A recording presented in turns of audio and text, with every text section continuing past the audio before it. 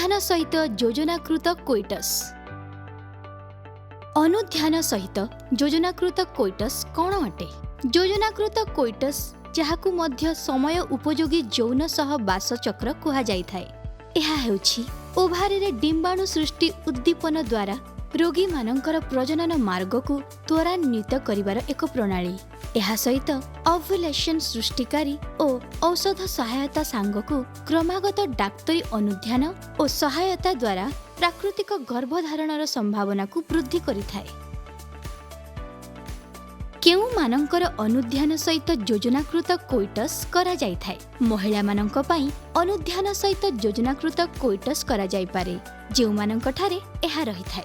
अनियमित किंबा ओव्युलेशन नथिबा क्षेत्र रे चक्र अवधि रे हार्मोनाल असंतुलनता जेउ कारणरू स्पॉटिंग होइथाय, अवरुद्ध फालोपियन ट्यूब न थाय, सुस्थ यूटेरिन क्याविटी, पुरुष साथी ठारे बंधात्व न थाय, जणा नथिबा बंधात्व, फर्टिलिटी विंडो को बुझिबा, शुक्राणुर जीवन काल 5 दिन, ओभमर जीवन कालन 24 घंटा। एगुड़िक हेउछि महिलांक ऋतुचक्रर 6 गोटी दिन जेतेबेले कि तांको ठारे गर्भधारणर संभावना अधिक रहिथाय। योजनाकृत सहवास द्वारा गर्भधारणर हार वृद्धि पाइथाय। अनुध्यान सहित योजनाकृत कोइटस पाई सोपान परे सोपान परामर्श। सोपान 1 स्टिमुलेशन। जणे महिलांक गर्भाशय रे गोटिए किंबा एकाधिक परिपक्व फोलिकुलस सृष्टि पाई किछि निर्दिष्ट औषध उपचार प्रयोग करा जाइथाय। एही औषध गुड़िक एस्ट्रोजेन रिसेप्टर रु अवरुद्ध करि दिए, जद्वारा शरीर रे एस्ट्रोजेन स्तर कम थिबा परि जणा जाय। एही कारणरू मस्तिष्क एक हार्मोन क्षरित करे जहाकु फोलिकल स्टिमुलेटिंग हार्मोन FSH कुहा जाय, जेउ कारणरू ओव्युलेशन गोटिए डिम्बाणु निष्कासन किंबा सुपर ओव्युलेशन अधिक डिम्बाणु सृष्टि होइथाय। गोटिए चक्र रे अधिक डिम्बाणु सृष्टि हेउथिबा जगु गर्भधारणर संभावना अधिक रहे। सोपान 2 नियंत्रण।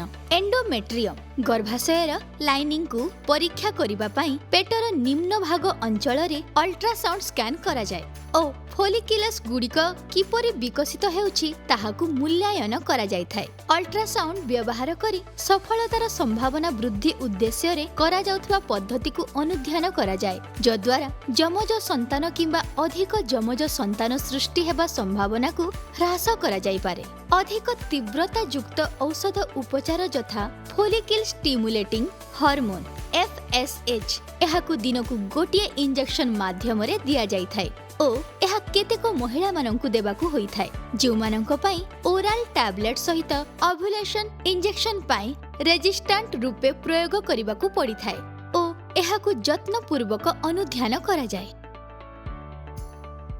सोपान 3 गर्भाशयर अनुध्यान। फोलिकल विकासर मूल्यांकन पाई प्रति 2 रु 3 दिन मध्यरे अल्ट्रासाउंड और रक्त परीक्षा करिबाकु होइथाय एवं सबु किछि ठीक थिबा नै निश्चित करा जाय पारे। केतोटी डिम्बाणु विकसित होइछंती ताहाकु डाक्तर आकलन करिवार सुजोग पांती एवं जदि एहा अत्यधिक परिमाणर होइथाय तेबे चक्र को विच्छिन्न करा जाय पारे। एहार लक्ष्य हेउछि एक उच्च आपद विशिष्ट बहुमुखी गर्भधारण तुलना रे एक सिंगल टन गर्भधारण को सुनिश्चित करिबा। आपणक डाक्तर मध्य विकसित डिम्बाणु उपरे दृष्टि देई ओव्युलेशन सृष्टि पाई इंजेक्शन देवा समय रे सठिक समय को निर्धारण करिथांती। सोपान 4 डिम्बाणु निष्कासन। ओव्युलेशन सृष्टि पाई एक HCG इंजेक्शन दिया जाए। डिम्बाणुर अंतिम परिपक्वता एवं फोलिकल वॉल रु निष्कासित डिम्बाणु को परवर्ती ओव्युलेशन इंजेक्शन चक्र को निया जाए। सोपान 5 योजनाकृत सहवास। परामर्श दिया जाउथिबा दिन अनुसारे डाक्तरंक ओव्युलेशन स्कैन पाई सही अनुसारे सहवास करिबा निमंते दंपति को परामर्श दिया जाए। सोपान 6 प्रोजेस्टेरन सहायता। योजनाकृत सहवास परे जणे रोगी को दैनिक परिपूरक प्रोजेस्टेरन पाई प्रेस्क्राइब करा जाय पारे। साधारणतः एहाकु कैप्सूल आकार रे दिनकु 2 थर भाजिनाल कानाल मध्य रे प्रवेश करा जाय गर्भाशयर एंडोमेट्रियल लाइनिंग एवं एम्ब्रायो इम्प्लांटेशन रे सहायता पाई दिया जाय।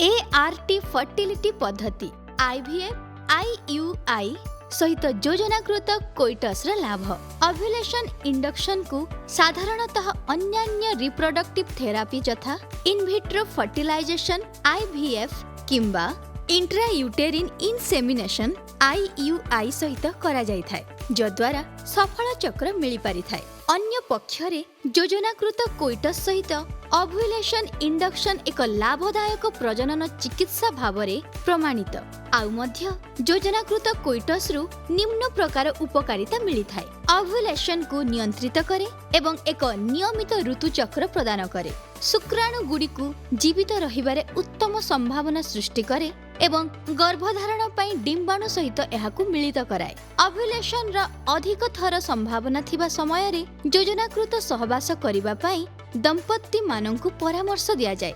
एहा द्वारा गर्भधारण और सफल गर्भधारणर संभावना वृद्धि पाई थाए। सरल और सुलभ चिकित्सा अनुध्यान सहित योजनाकृत कोइटस पई परवर्ती सोपान ओव्युलेशन र 2 सप्ताह धरी गर्भधारण परीक्षा करा जाए।